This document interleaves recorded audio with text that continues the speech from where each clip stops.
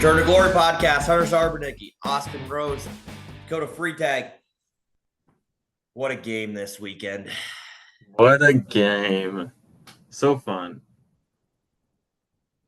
Well, I guess let's dive into it. Nebraska offense looked great against BYU. Like they shot the lights out. Damn right. What a game. We shot it so The well. return of ranked fast. Beat the number 8 team, preseason ranked or whatever they are for whatever poll that is. But what a game. That's the game you guys want to talk about, right? That's what I want to talk about. That's all we're talking about. Oh, where do we start? Nebraska loses to Minnesota. I guess I want to add the question I'm going to be going back to is how and why. How and why did that happen? It left, I think, a lot of people speechless, frustrated, full of emotion, pissed off. Here's one thing that I, with anything, like to do is give it 24 hours, kind of let everything soak in. Don't let raw emotion get to you. I did that. I don't know how much things changed for me. I would say I probably am not as pissed as some people are, but the way that game unfolded, there's a lot of reason to be. And I think the lack of maybe pissed off that I am is maybe showing that I don't quite care as much. I don't know. I don't say I don't care, but it's like I'm not. Are we surprised? No, I mean, literally on our Thursday pod, I said, this is like I picked us to win by 3, but it was the perfect game to lose. You know, we ranked 25, hype's there. We're going to Minnesota on a short week after flying to the East Coast of Maryland. How we lost is not how I expected we would have lost. That's the part I'm pissed off about. Yeah, that's the losing's not the part. It's just that we looked like completely different than what we've looked the rest of the year. You know, if we lost in a shootout or 27-24, that I could have seen coming more so than 2 field goals in the first half and a second half that just absolutely ran away from us. I think looking back on it at the beginning of the year, this was the game we all had a bad feeling about against Minnesota. Now, I think we have a worse feeling coming out of it just because of how it went. Like, we did not expect just an ass kicking. I can't remember where we had this ranked, but it was pretty high on a game Nebraska was probably going to lose. Agreed. I think going into the year, this was whether you call it a trap game or just a game that we didn't think we were going to win. I think as we got through the first half of the year, Minnesota maybe wasn't quite as good. And I don't know where people thought we were at, probably higher than what we should have been. But why I'm saying, are we surprised? Like a lot of the things that Minnesota beat us with, there were signs of a lot of those things throughout the first half of the year. We just won those games. And Minnesota is just a lot better at doing some of those things and just kicked our ass that way. So I'm surprised maybe a little bit, but I think it more so a little bit concerned with how everybody on the team is going to handle this moving forward and what it kind of implies. And so I think today what I want to do is kind of keep the conversation tailored around short term. When I say short term, like the game itself, and not try to look at anything else outside of the game, and then open it up to maybe what it means for the season, and then open it up even big picture for Nebraska football as a whole and a program. So that's how I want to organize everything. And if we go in circles, we go in circles. But the first thing that I want to start off with is the game itself. Is it one of the worst losses for sure in the Matt Rhule era, but that we've had in the last 10 years. And why I say that, we've gotten our ass kicked before. Yeah. No. Well, we've gotten our ass kicked before, but not to the caliber of team that Minnesota was. Minnesota is not, they're not Ohio State. They're not Indiana last year. They're not when Michigan killed us. They're not those kind of team. They're Minnesota. And they pretty much just dominated us for sure on the defensive side of the ball, but for the whole game. And so that's why, I mean, I have it up there. I don't know if I'd go worse, but I'd have it up there. What other games? What other games can you think of that we've lost to a team like that the way it happened, where there just wasn't any signs of hope? I'm going to say Minnesota when it was freezing cold, probably 5 years ago. That's another one. Would you say UCLA last year? UCLA. No, we did some good things against UCLA last year. And I would say Minnesota is very similar to where maybe a little better, but yeah, but that game I kind of had the same. I mean, Nebraska didn't get their ass kicked as bad in that game. That's what I'm saying. We got our ass kicked. I'm not saying the loss. I'm saying how we lost. Yeah. Well, I can't think of another game that bad. That's what I'm saying is like it's a bad loss in that sense. And it'd be different if we would have lost 24-20 and kind of were in the game. I mean, or even 13-10. Yeah. Because the first half we were down 7-6 of the first half. We're like, okay, whatever. And then the second half, it was like, oh shit. I mean, I think that was probably the most frustrating thing. It felt like we went out in the second half and they were like, oh, here's what's working. We're just going to dial it up even more. And we were like, here's what's not working. And I understand there are moments where towards the end of the game, it's like, okay, it's out of reach. We have to try for bigger plays. But we just kind of stuck with the same formula from the first half. But it's like, oh, they've gotten 5 sacks on us in the first half. And we really haven't tried to. It didn't feel like we tried to change it or do anything different. And I don't know that this is the concerning part, that it covered up the wins in previous weeks, covered up a lot of the stuff, and we didn't work on it. It was like Minnesota was like, oh yeah, we're just gonna feast, and they did over and over, and we didn't have any counter to it. Like Michigan State had 1 sack or whatever going into the game when we played them, and they had 5 against us. Yeah, I don't know if the wins covered it up because we all knew that our offensive line giving up sacks was a problem and our run defense was. It covered it up enough to where we didn't work on it and didn't have a counter and didn't know how to adjust to a team apparently that just sent the house every play, and we had no answer for it. No counter from a play calling standpoint. Obviously, from a personnel standpoint, a couple of guys get hurt. We clearly don't have, even including those guys, like we clearly don't have the right, talk about offensive line coaching, but the right coaching and scheme up front to adjust to that stuff. We didn't, and Minnesota just kept doing it, and it kept working, and it resulted in 9 sacks.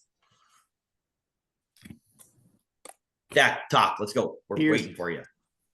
I lost my voice, so I'm not like talking a whole lot today, but here's the thing about Minnesota is PJ Fleck, which is proven by this point, knows how to beat Nebraska. All you got, and every time he plays Nebraska, he tries out physical them. There's one play in particular that I think proved that he had no respect for Nebraska offenses. When it's 4th and inches on the 50-yard line, he punts the ball back to him. Like that's just saying, hey, we don't think you're going to move the ball at all on us. Our defense has been out physical you this whole game, and we're just gonna get the ball back to you. Right, we're not gonna give you any favors. You guys got to win this one. That's been the formula, and they did it again. Yeah, it's Flex, a good coach. Take all the antics away that he does. You can laugh at him all you want. He knows how to beat us, but in general, he knows that. Here's what I think really frustrates people a lot is Minnesota and Iowa was I'm not going to say it's exactly what Nebraska used to do back in the day, but they win games by playing physical, let the other teams beat themselves, mainly run heavy focused and play good defense. Like that's their formula to win. And I think if you take everything out aside, if you were a Nebraska fan, that's what a lot of people are like, yeah, we're itching and want to be that. But then there's a stigmatism of, well, you're never going to win college football playoff game, or you're never going to be elite with that formula. Well, guess what?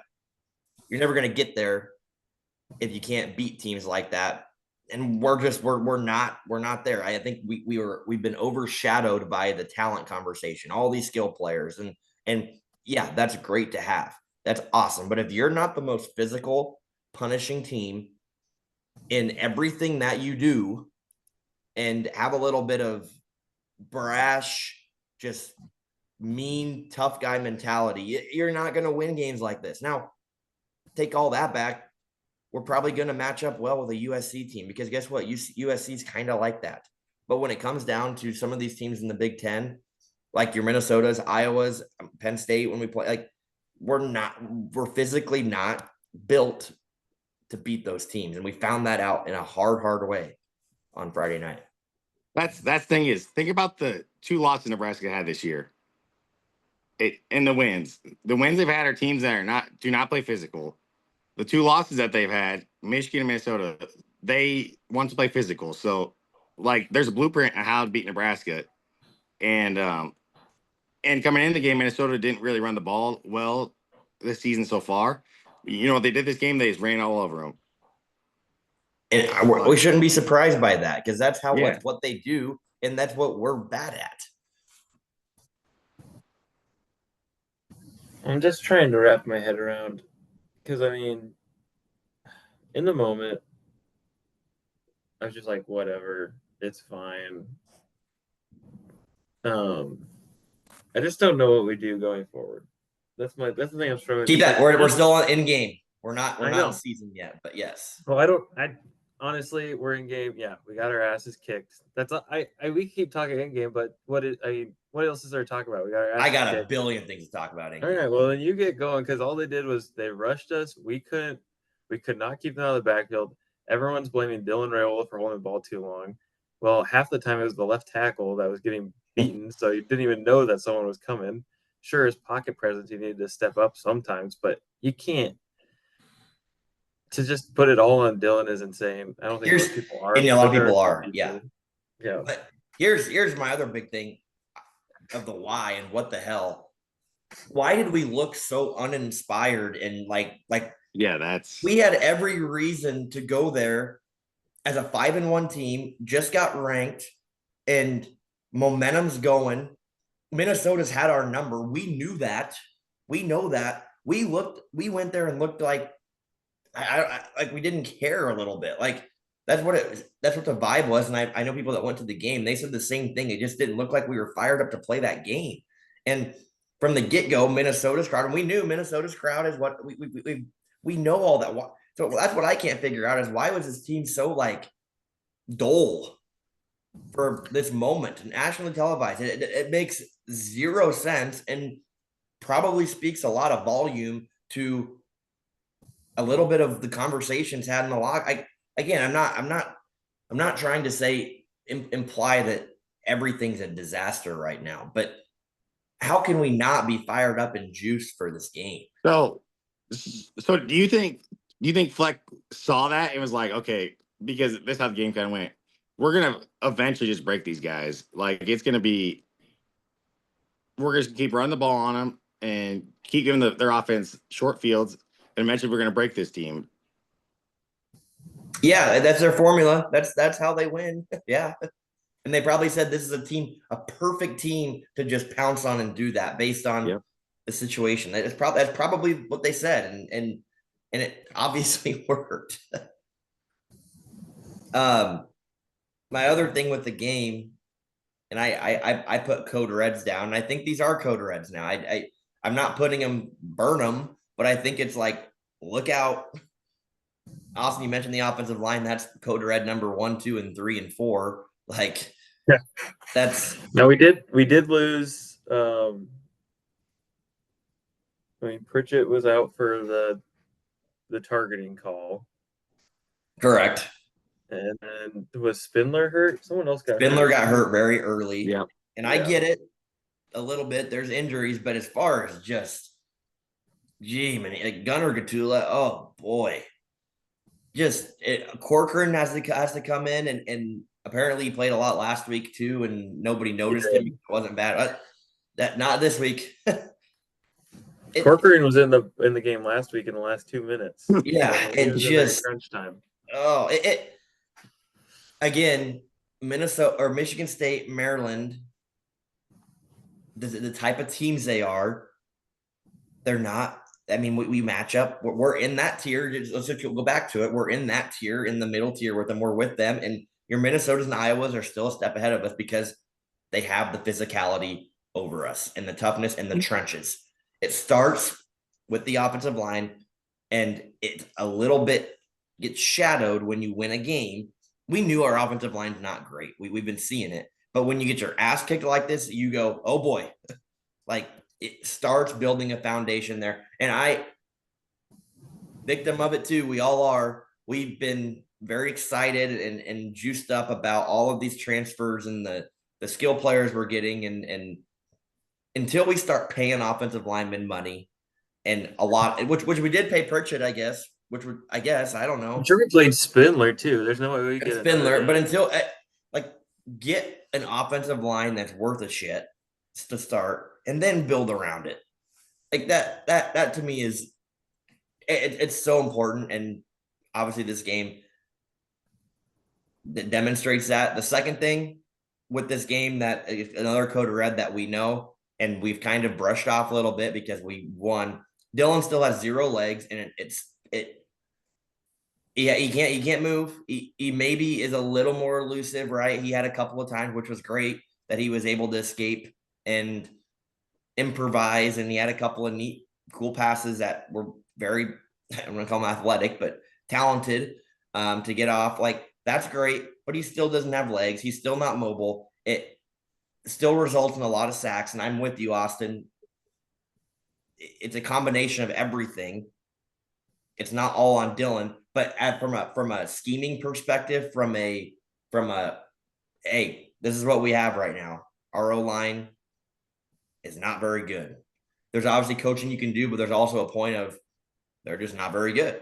So therefore, you got to have a guy in the backfield that can do a little. And Dylan's legs, I'm sorry, if I was coaching Dylan and you might get him to transfer, I don't know. Dylan, you got to lose 20 pounds and you got to find a way to run. You have to. There's no excuse. You cannot be the way you are as a pocket first quarterback with our offensive line. It's not going to merge well. And that was my big, I don't know, call it an epiphany or thought that I had. You can get away with being a passing quarterback if you have an average to above average offensive line. That's why Alabama, Georgia, LSU, those teams have kind of some pass first quarterbacks because you can play to that strength. But if you have an average to a below average offensive line or a shitty offensive line, you can't have a passing quarterback. It does not mesh. It doesn't work. It does not work. You have to have a guy that can move back there. And so, yes, I'm saying it right now. TJ Lateef needs to play some. I don't know in what capacity, but he needs to be in there at times to add that threat to an opposing team's defense.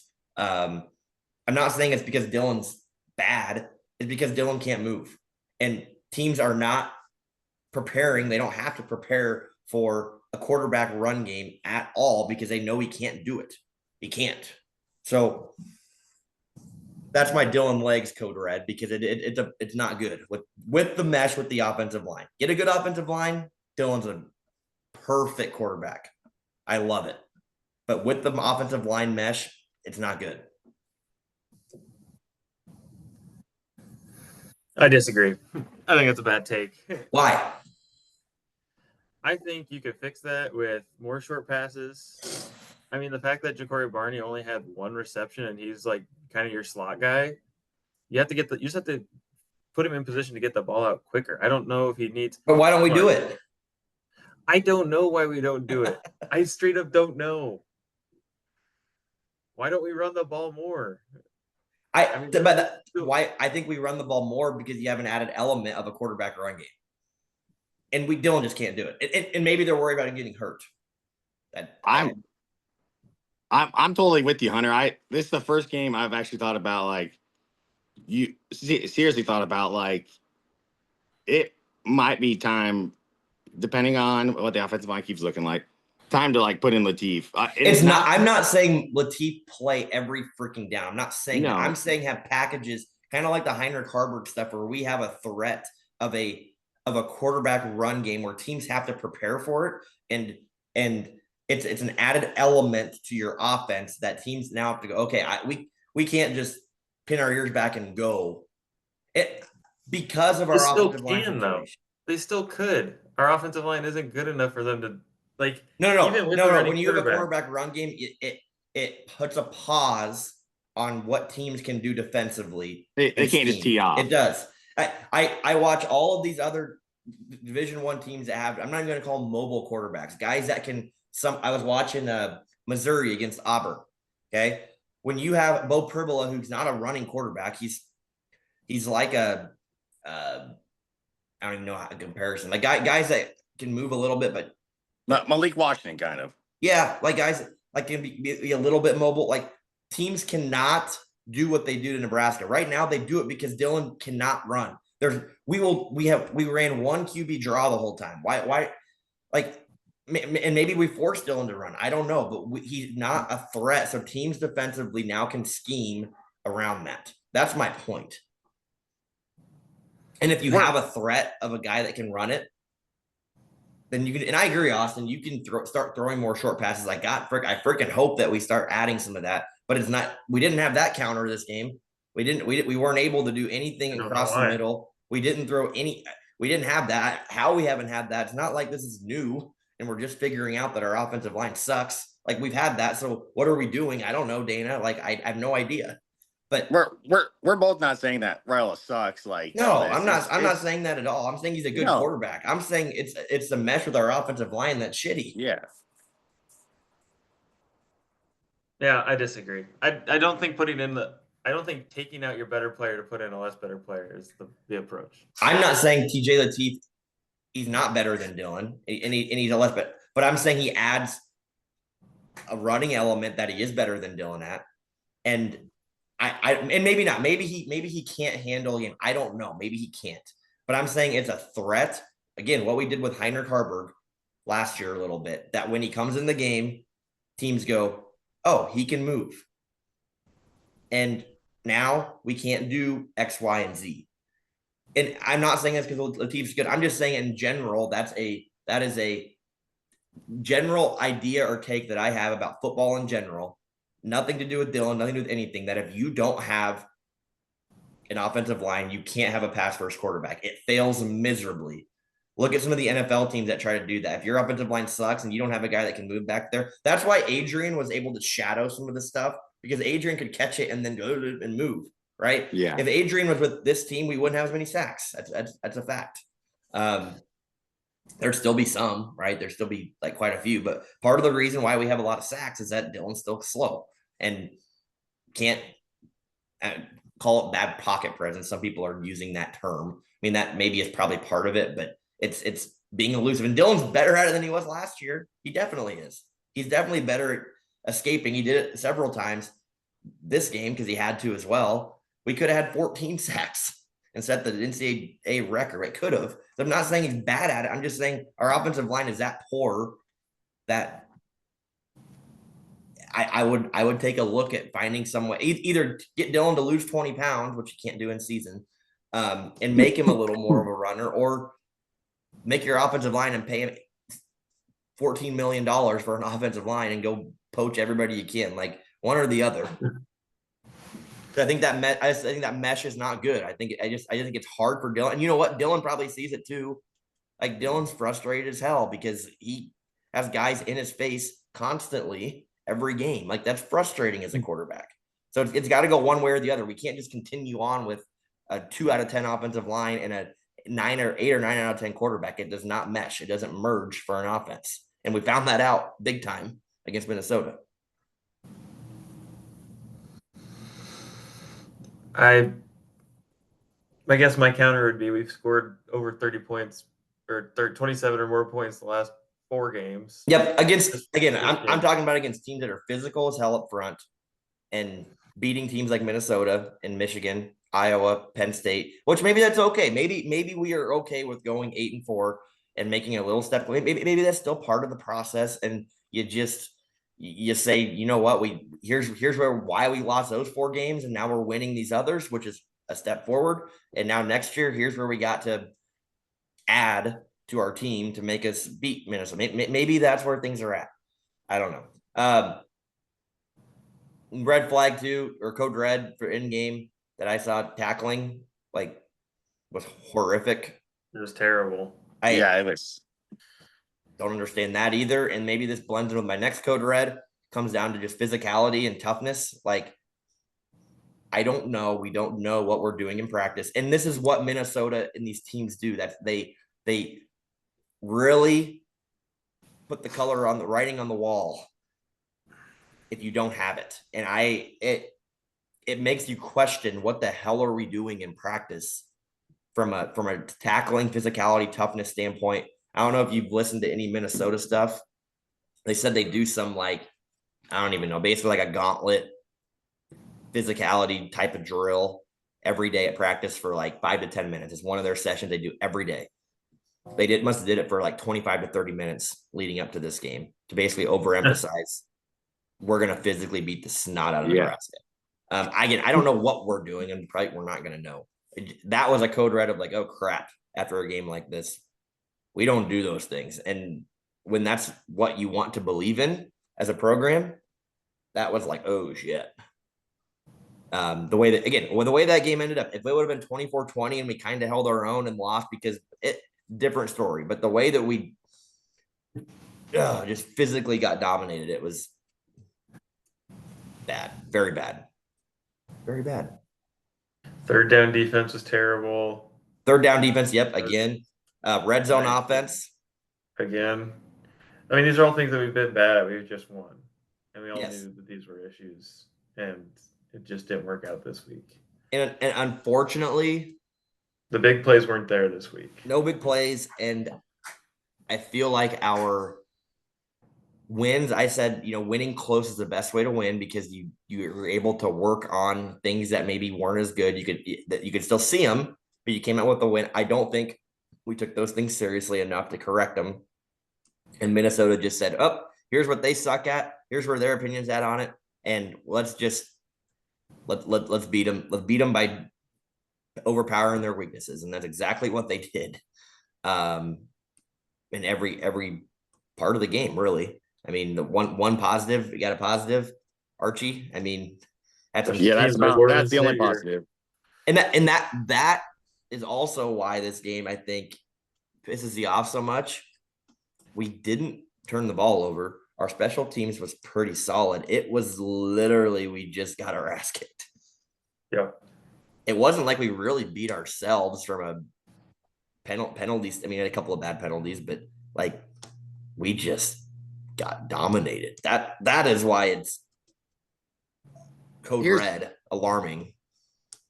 Here's another part that's got to piss you off is when they did pass the ball, it was the same pass every time, the underneath route, every time. They never tried to throw the ball deep once, like that I can remember at all. It was the same dump underneath, a mesh route, whatever, to the wide receiver. Like, and they knew that coming in. That's what that quarterback does. Like, he doesn't throw the ball deep. That's all they do. So it's like, what game plan did Nebraska have coming into this game? Yeah, I mean, seriously, it's stuff that you see Minnesota, Iowa do all the time. It's like, did you even watch tape? Like, you knew what they were gonna try to do, and they did it. Like, and they ran the ball like Minnesota could. Like, that's maybe not what they've been doing this year so far, but they probably said, you know what, Nebraska is a team that's weak. This is how we beat them. This is what we do. This is our roots. That and our run defense has been bad all year. Yeah. And so are we surprised? No. No. And like from a defensive adjustment standpoint, that wasn't good either. Like No. Austin, to your point about getting the ball out quick, you even talk about getting the ball out quick. Like Minnesota sat there and went dunk, dunk, dunk. Like I think it all was down the field, and we couldn't tackle. So every dunk pass became like a 7-yard, 10-yard gain. I mean, when I was watching the game with my mom, when my mom and she goes, why can't we do that? Why are they so wide open? Why don't we do that? When someone like that can watch the game and go and understand that, and then on the flip side say, why don't we do that on offense? It's like, oh God, like is it really that simple? Like I said, I don't know what we have in the playbook, either side. What don't we have in the playbook? It's the biggest book on the face of the earth. It's so complex and large. Every time they would even try to run the ball too, Nebraska would be there for like a 1-2 yard gain, and it would always turn into like a 5-6 yard run because we were they just making fall contact forward. behind the line or at the line all night. Yeah, they would just fall forward for 5 6 yards every time. It was maddening. Screenplay right there. Nope. And 6 yards. Yep. Yes. That's all they did. They just ding and Pass dunked all the way down the field. It was like, yeah. Honestly, once Minnesota had that one long drive at the start of the second half. Oh, like, the 98-yarder. Yeah. Yeah, you just knew. You're like, okay, you know, I think we were only down one still at that point. Yeah, I think that was one to go up 2 touchdowns. Yep. So that drive too is what put everybody into just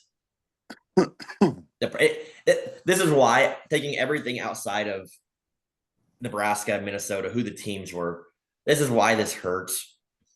That is exactly like the definition of that, just as a fan of football and watching a team just humiliate a team on a 98-17 play, just convert third down. Like, you watch that and you just want to smile as a fan. Like, God, that was perfect. Run 7-8 minutes off the clock when you're up at like, you just go, that's a master class of coaching, of executing. Take Nebraska out of it. Like, that's exactly what you want to do. We don't have that in our team. Like, to do something like that. From a physicality standpoint, I don't think we can do that. And that's where it also pisses you off. It happens to you and you go, oh my God, that just sucks. Well, and we can't do that. And that's what hurts a lot, is when that happens. And it was, like, again, credit to PJ Fleck, Minnesota, all of them. They are that they know how to win games like this. Now, are they Ohio State? No. They got beat 34-0 against them last week, but it just was, I don't know. It was pretty to watch from a football standpoint. It hurts a ton as a Husker fan. That's about all my game stuff. I mean, we've kind of jumped into it a little bit, but for the rest of the season, like, where do we go from here? Like, where that was, like I said, I don't know how the team's taking it, but I think that's one of the more humiliating losses that we've had, especially with Rule here. How we respond, what the message is like in the locker room, to move forward. We play Northwestern this week on Saturday, 11 a.m. kick. Who likes to play physical. Northwestern's coming off a 19-0 win against Purdue.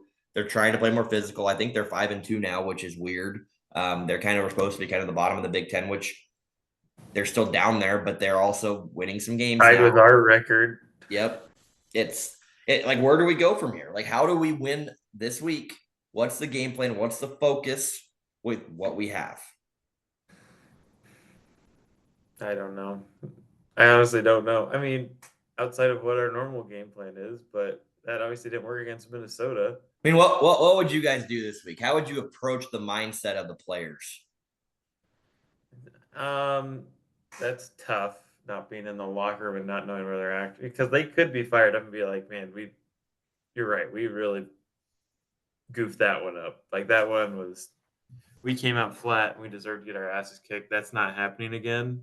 I think that's probably the message you put. It's like, hey, you know, we got our asses handed to us. That's not happening again. You know, we're going to deliver the next punch.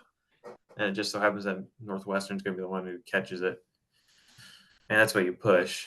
I don't know what they have to push in there, but You got to have the most physical week of practice ever. Like why you got to be pissed off all week about why even come out flat in this game, and this will show a lot coming off a loss like that. If they come out flat against Northwestern, then this team's like basically they're showing what they are. They fold on the year basically. Like you got to come out fired up in this game, and it'll show early. But what I would do is you just got to be physical, and the offensive line. I don't know what the hell you do there. Like, Elijah Pritchett will be back, which will help. Yep. I chew their ass this week, and we're gonna see how physically and mentally tough, probably more than physically even. You talk a lot about the physical part of practice. Mentally, that's where you gotta chew everybody's ass for the way that game happened, and this week is gonna be just a bitch week, and you're gonna see who the mentally tough people are. Now that's what I would do. I'm hoping this staff does it. If we don't, you're right. Northwestern's going to come out, and if we are mentally soft, and that's where I'm not putting a code red flag on it right now, but I'm getting there yellow. If we're mentally soft and not emotionally there, if our heads are not in the right place, and it starts with Dylan Raiola from a toughness standpoint. I don't know that Dylan's very tough. I just think he's a little bit city boy, likes this is me. I need this and like I think he's a little bit of a like I want to see how mentally tough Dylan is this week. Let's see how he responds to getting physically beat up. Are we going to make excuses? Are we going to come out and blame others? As a coaching staff, this is another thing, and it's a small thing. I don't think I said it last time, but it kind of drives you nuts a little bit. And I think I laughed about it last week, but Dylan has a freaking hand warmer on. Like, why? It's little things like that. Like, what's the reason behind it? I don't know. Maybe there is, but it's like, it's small things. I just think his mindset's a little bit, I don't know. So we're going to see. It starts with Dylan, but it goes to the rest of the team that this is going to be a tough week. And if you come in fired up and react because we're pissed, we got our asses kicked, which I hope they are. I hope they are. Then I think we'll be okay against Northwestern. I think we'll be okay in the next few games here, and puts us in a decent spot heading into the end of the season. But if we don't, and we're not very mentally tough, and our culture is not strong, it's gonna show on Saturday. I feel like even in the post-game press conferences, like they didn't seem, the players and all that didn't seem that pissed off, like as I thought they should have been. Like, so I don't know. Like I hope this is the fine line. As a coach, do you try to say, I'll brush that one off? Okay, it happened. Let's move on. Let's move on that next game. Like let's not read too much into it. I hope that's not the message. If that's the message, we're in deep trouble as a program under Rule. I don't believe that's what's happening yet, but I guess we said it before this Minnesota game and all this Penn State Rule noise. These last 6 games are going to be, it's going to be a roller coaster of everything. That Penn State noise that's going away real quick. Yeah, and that's kind of moving in here to the long term, like future. Yeah, that noise is going to go away for multiple reasons. Now, do I think Rule's out of that job completely? No. But the noise is going to go away. The talk's going to go away. Hell, who knows? Maybe he's already signed a freaking contract already. Like he could have. We don't know. It'd be funny if we end up going like 6-6 or 7-5, and Penn State has already signed a contract and they announce it. That would be funny. But yes, that you're right. That's gone. Dak, I think you asked me. I think it was you asked me if I'd be happy or sad or like of Rule leaving to Penn State. I've been this way the whole time. I'm indifferent on it, and I still am. Like I've never thought Rule's an elite coach. He's probably an above average program builder. He's shown that, been able to do that. I don't know that he's an elite coach. I think he's good for where we're as a program right now. Like, Yeah. but if things this season fall off, then I disagree because now he's not building a program anymore, and that's supposed to be a strength. So like I'm indifferent. What I hope it does this season, I hope we can build off of a loss like this and learn from it and get tougher and physically tougher and start to say, okay, we need a freaking offensive line and look at that from a step back. I hope that's where we're going. But yeah, I'm if he wants to go, great, go. Some people are now like, get him the hell out of here. Go to Penn State. Like, Gotta leave. I'm not there. I'm also not like, we need to keep him. If he goes to Penn State. Last week we talked about the Penn State, like, well, who's Penn State hiring? That's why Matt Rule is so high on the list, because there aren't a lot of good coaches out there that feel great about hiring. So if Matt Rule leaves, all of a sudden we're in the same position of, well, who we hired? So I don't really want him to leave. Just one, because yes, that was a bad loss, but we're still 5-2. There's still 5 games left of the year. The year could still end 9 wins, and you'd feel pretty freaking good about a 9-win season. And if we did that, all of these code red things that I talked about for the game, if we end up going 9-3, that means Rule did a great job of addressing those and building on the toughness piece, the physicality piece, and like that. If we went 9-3, that's what that would mean, right? For the most part. And you would feel good that Rule has the locker room. He believes in the right stuff. Now we got exposed against Minnesota, but he believes and knows he corrected it. Like that's what that would do. My fear, and I think a lot of people's fear and frustration, is that we're not that, and that the season's not going to end at 9 wins. Maybe we get to 8, but we end at 6-6 or 7-5. Then we're having a completely different conversation on just big picture, long term. What's the look right with Rule? That's why this last 5 games are going to be incredible from an intriguing standpoint. Like what kind of program are we? We all thought I shouldn't say we all thought. We all had our I believe we all put our percentages at 8-4. Am I remembering that correct? Yep. Right in there. Yep. 7-5, 8-4. Yep. We're still on pace for 8-4. I do think that the teams at the end, the schedule ended up shaping out a little harder than we thought, and I think we were not as good as we thought. But because UCLA, they're looking a little scary now. Northwestern, we just talked, looking a little scary. So some of those games that we had as gimme games in our 8-4 prediction, definitely not there.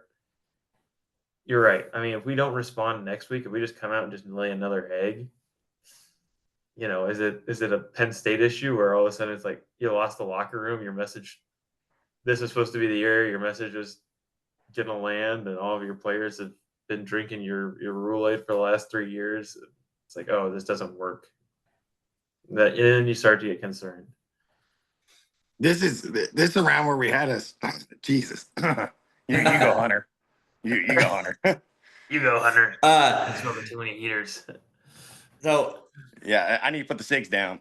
Yeah, Austin, I think you're exactly right on that point. You're people that I talk to in my close friend circle in the Husker Lab, the Old Bass podcast that we did outside of one person, like they're ready to give up and quit on the season and quit on Husker football and be done because of the way that game happened.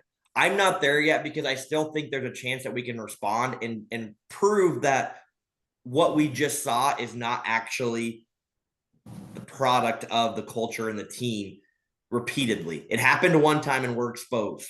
Okay. And I think their brains are now like, oh shit, this is going to happen the rest of the year too. And I'm a little bit like that too. Like I'm hesitant to think, okay, if this actually is what happened, shit, we're not winning in these games. We maybe will beat Northwestern and UCLA, but like we're going to end their thought is we are going to go 7-5 now. We are going to go 6-6 because we're not tough. We suck on the offensive line. Now, good coaches in the program, if we find a way to hide those things and strategize around it, we can still build on it. But people like that are giving up just think we can't. It's done. Yeah. And I'm leaning that way. I'm not there. No. But I think it could happen. I really do, based on what we just saw. We're gonna see how we respond and what this locker room believes internally about this team and Rule as a head coach and Dana as an OC and John Butler as a DC. Like, we're gonna see what this team is built of after this loss. Like, it's gonna be fascinating to find out.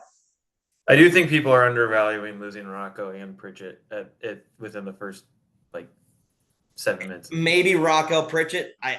He's our best option. Don't get me wrong. Yeah, he's our best option in addition to losing another offensive lineman. And some of that happens. We haven't talked about this. This is also another glaring thing that maybe it'll become a topic of conversation. I don't know, but it's true. It's the elephant in the room. Is Raiola Donovan a good offensive line coach? Yeah. I don't know. We've had our moments with him where we said that, but we're not going to talk about firing him, because if you put that in that bucket, you're talking about Dylan, and right. And now you're saying we don't want Dylan Raiola. So it's an elephant in the room where it's probably not going to get talked about. And if it does get brought up with the media, it's going to get shut down right away, because you don't want to touch the Dylan bucket as a coaching staff. And this goes all the way back to, okay, big picture this season, but big picture culture, right? And where we move forward from here after the season. How do you handle that? How do you address that? That's what Rule's paid the big bucks for. Okay. And you're going to make a stance and you're going to decide on it, what you want to do and how you want to move forward. And I don't know exactly how good of a coach Raiola is as an O-line coach, but you're going to ride the ship one way or the other. And it's actually funny. It's ironic that the part that Dylan's is probably the most frustrated with is our offensive line. And that's his uncle's position. And so how do you handle that? Like, that's what's also fascinating with it as a program. I don't know. I don't know. Obviously, to my point earlier that we didn't all kind of agree on, but that's a subject that you have to consider if you're Dylan, like, even staying here. Like, what do you do? So we'll see how next week goes. I am not out on us yet. Like I said, I'm not giving up, and we will. We have Jackson, one. I love you, Jackson. I love you, but you will not quit following Husker football. You won't be able to do it. So say what you want. Say what you want about I'm done. And he called them the Lincoln Salt Dogs. They're just a team up there. You won't be able to do it. Good luck. I wish you the best. I tried doing it when K-State was good. It doesn't work. But good luck. I said we were down by 1 point, end of the first half, even when we were still getting our asses kicked. We had a really bad half. It was really bad, but that'll happen. I am still optimistic that we can have a decent year. We have to go 1 win over 5 last 5 wins to go win 8 wins, and that's what I expected us to do. Can have a decent year. I'm not optimistic about it. I'll say that. Yeah, well, you're rarely optimist. I've been good this year. You were beginning of the year. Is it because Dane Key is non-existent? That's your issue. Maybe, yeah, that might be part of it. I all these things that I was kind of talking about of being overshadowed. It overshadowed me too. Like, I got a little bit away from the offensive line toughness piece too. I thought the shiny new, I think the shiny new fake boobs and makeup kind of got me a little bit. I was staring a little too much. You got caught. I got caught, and now I'm like, oh shit. Like I think I was there. It's this week where I decide if it's still gonna be a good season or not. If Northwestern comes out and just completely out physicals Nebraska, I'm out. Like, it's gonna be a shit show of a season. Now I will say Vegas is not giving up on Nebraska. What's the spread on it already? 8.5. Yeah. Oh, good. Good God. So right around where you don't want Nebraska. That's been about the last 2 or 3 games. You're not wrong. I will not take Nebraska at those, but I'm pointing out as far as a nationwide perspective, they're not. The books did not perceive that as a crippling season-ending loss. They saw us as more than a touchdown favorite. Yeah, we'll see. It's just gonna be fun to watch. I say fun to watch, entertaining to watch, is to see where things take us. It's year 3. We said a lot of coaches, year 3 is a defining Prove it. year for any coach to see where they're heading with a program. And that's where we're at. And that's where things are. And yeah, this loss was really, really bad. Like I said at the beginning, in my mind, one of the worst losses we've had in a long time. Doesn't mean that the whole season and the whole thing is done. It's puts a lot of doubt in your mind, and it makes you go, I don't know. But there's still games left, and we're gonna see how this team responds to it. It's kind of, I mean, Michigan, we got set back, but it's kind of our real first like kick in the nuts where we go, oh boy. So well, here's one good thing, or good or bad, I don't know where you put it. Nebraska already knows what position group they have to work on the most during the offseason. It's offensive line. Like this whole offseason already, you going into it, I don't know what kind of checks you need to write, whatever. Dak, I hope you're right. I hope that's the focus. It has to be, yeah. I'm scared that's the worry, right? That's the negative, pessimistic part of me, but a lot of people is that we're not going to focus on that because we don't believe in that. And if we did believe in that, we wouldn't have got to where we're at. Like, yeah. But the focus, what was it on this? It's been on the skill players. It's been on all because we didn't think we had receivers, and like it wasn't on the offensive line. The defensive line we knew could have been a concern after losing Nash and Ty. Like that was definitely out there, but the focus that's the worry is that it's not going to be. You're right. It should be. We'll see. Like again, that's big. But often not part of the issue. Before we go to basketball, because we gotta go to basketball soon. Oh, we do gotta go to basketball. Yeah. Good offensive linemen don't hit the portal. It's hard. Like it's tough, hard. Yeah. But to Rule's point about being the cutting edge leader of everything in college football that we were back in the day and need to be, like, let's be the cutting edge in offensive linemen in the portal. Let's make headline news because we're going out and paying offensive linemen a shit ton of money. The ones that are out there, let's be the headline of that. Like, let's be cutting edge. That to me is what we should do, and show us what we believe in. That's the core that we need to start with, and then build it out from there. And hopefully, Dylan's pushing for that too. God, you hope so. Like, you hope that he's the one in the locker room saying, you know what, offensive lineman, I love you guys, and you gotta be touchy with it because you don't want to piss them off for the rest of the year, or you'll have like a longest yard. You'll have like a longest yard, like. Let him go and tackle you, right? Like it's, yeah, like you hope that's what it goes. So, okay. Basketball. Haven't done our preview pod yet. No. But boy, is it going to be, are those Final Four tickets being bought yet, boys? Or we we might have to have a separate preview pod. Oh, yeah. Yeah. Because football is always going to overshadow with all of this stuff.